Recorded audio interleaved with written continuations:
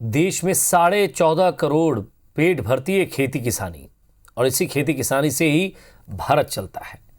इनमें से 70% छोटे किसान हैं, यानी इनके पास 2 हेक्टेयर से कम जमीन है। नाबार्ड की साल 2019 की एक रिपोर्ट के मुताबिक देश में हर किसान पर 1 लाख रुपए से ज्यादा का कर्ज है। यह हालात तब हैं जब केंद्र और राज्य सरकारें हर साल 3 लाख करोड़ रुपए से ज्यादा की सब्सिडी किसानों को देती है। मौका किसान दिवस का है और देश में नए कृषि कानून को लेकर आंदोलन भी जारी है। हर पार्टी खुद को किसानों का हिमायती बताने में लगी हुई है, लेकिन आज सबसे बड़ा सवाल यही है कि आजादी के 73 साल बीत जाने के बाद भी, इतनी सब्सिडी देने के बाद, कर्ज माफी, फसल बीमा जैसे फैसलों के बावजूद आखिर क्यों नहीं सुधर रही है किसानों की हालत? आखिर कब तक किसानों पर सिर्फ सियासत होती रहेगी?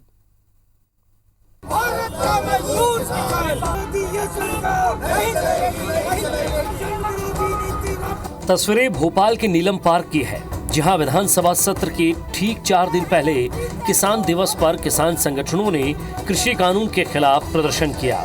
इसमें कांग्रेस के नेता अवनीश भार्गव भी मौजूद रहे, जो बताते हैं कि आने वाले विधानसभा सत्र में कांग्रेस किसानों के मुद्दे पर सरकार को घेरने की तैयारी में अभी से जुट गई है। कांग्रेस के सभी विधायक प्रदेश कांग्रेस कार्यालय पर जमा होकर विधानसभा का घेराव करने निकलेंगे। ये सभी ट्रैक्टर और ट्रॉली के जरिए विधानसभा तक पहुंचेंगे। इस पूरे आयोजन की जिम्मेदारी पूर्व प्रदेश अध्यक्ष अरुण यादव को सौंपी गई। पूर्व मुख्यमंत्री कमलनाथ भी सारी तैयारियों पर खुद नजर रख रहे हैं। 28 तारीख को कांग्रेस का स्थापना दिवस भी है, लिहाजा कांग्रेस की कोशिश अपनी ताकत दिखाने की है। हमारा देश का अन्नदाता,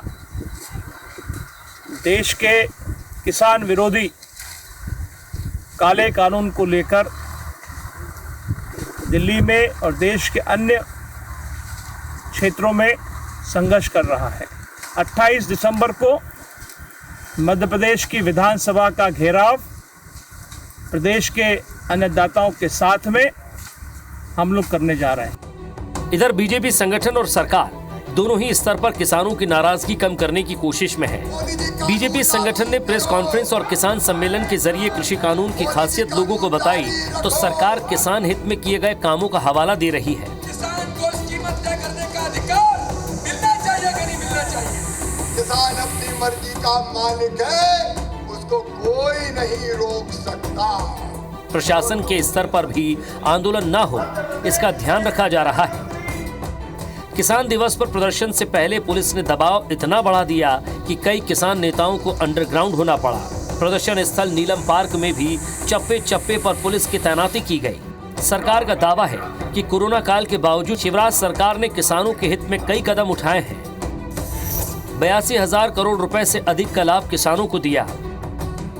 फसल बीमा योजना के तहत 8,646 करोड़ रुपए का भुगतान हुआ। उद्यानिकी फसलों की 100 करोड़ की बीमा राशि दी गई।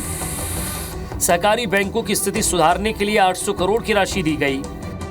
6,815 करोड़ प्रधानमंत्री किसान सम्मान निधि का लाभ दिया गया। मुख्यमंत्री किसान कल्याण योजना के तहत 3,200 करोड़ रुपए का भुगतान किया गया। खेती के लिए बिजली कनेक्शन में सरकार की ओर से 14,804 करोड़ रुपए का अनुदान दिया गया। पिछले 8 महीने में 8,000 करोड़ की सिंचाई परियोजनाओं को स्वीकृति दी गई। जाहिर है बीजेपी हर तरीके से किसानों को अपने पाले में रखना चाहती है। किसानों को धोखा देने वाले, कर्जा माफी का जुमला देने वाले, 10 दिन में मुख्यमंत्री बदलने वाले, ये किसानों के लिए ढोंग करना बंद करें, नाटक करना बंद करें। इन्होंने कर्जा माफ नहीं किया, धोखा दिया किसानों को, इसलिए जनता ने इनको सबक सिखाया, धक्का दिया है। जो 20 और 40 और 60 हजार से बीजेपी जीती है, उसका परिणाम है कि किसानों के ये जो बिल है मोदी जी लाए हैं, ये किसानों के हित में, इसलिए किसानों ने उस पर मोहर लगाई, उसी की हमारी जीत है। इस बीच पूर्व मुख्यमंत्री और सांसद दिग्विजय सिंह ने केंद्रीय कृषि मंत्री नरेंद्र सिंह तोमर के पत्र का जवाबी पत्र लिखा है, जिसमें उन्होंने लोकतांत्रिक मूल्यों की दुहाई देते हुए कृषि मंत्री से तीनों नए कृषि कानूनों को वापस लेने की मांग की है। आखिर में ये 2 तस्वीरें।